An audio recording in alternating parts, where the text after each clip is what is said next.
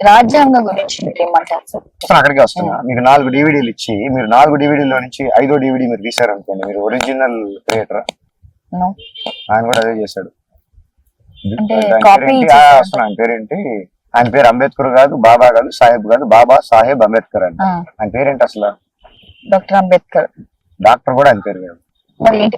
నాకు తెలిసింది అదే సార్, మీకు తెలిసింది తెలుసుకోండి. మీకు తెలిసి చెప్పండి. అంత గొప్ప రాజ్యాంగ సృష్టికర్త, రాజ్యాంగ నిర్మాత నెక్స్ట్ మెంబర్ ఆఫ్ పార్లమెంట్ కి కంటెస్ట్ చేస్తే ఆయన విద్వత్ ఆయనకే పనికి రాలేదు కదా, డిపాజిట్లు కూడా రాలేదు కదా. ప్రపంచంలో ఉన్న 20-30 రాజ్యాంగాలు తీసుకొని ఈ పాయింట్ తీసుకో బాగుంది, ఆ పాయింట్ తీసుకో బాగుంది, ఈ పాయింట్ తీసుకో బాగుంది అన్నోడు రాజ్యాంగ సృష్టికర్త. అదే జరిగింది. చదవండి మీరు, మన ఇండియా మొత్తం పాయింట్స్ అన్ని చూసి పక్కన అన్ని చూసుకొని వెరిఫై చేయండి. ఎక్కడెక్కడి నుంచి ఏం తీసుకొచ్చి పాయింట్లు.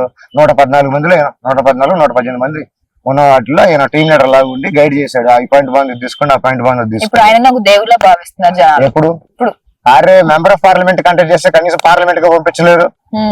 10 సంవత్సరాలు అదే ఆయన ప్రవేశపెట్టిన సోకాల్ స్కీమ్స్ 10 సంవత్సరాల తర్వాత తీసేయాలన్నాడు. ఆయన పోయి 40-50 వేలు అయినట్టున్నాయి కదా, ఇంకా పోలేదు కదా, ఇంకా మోస్తున్నాం కదా. SC ST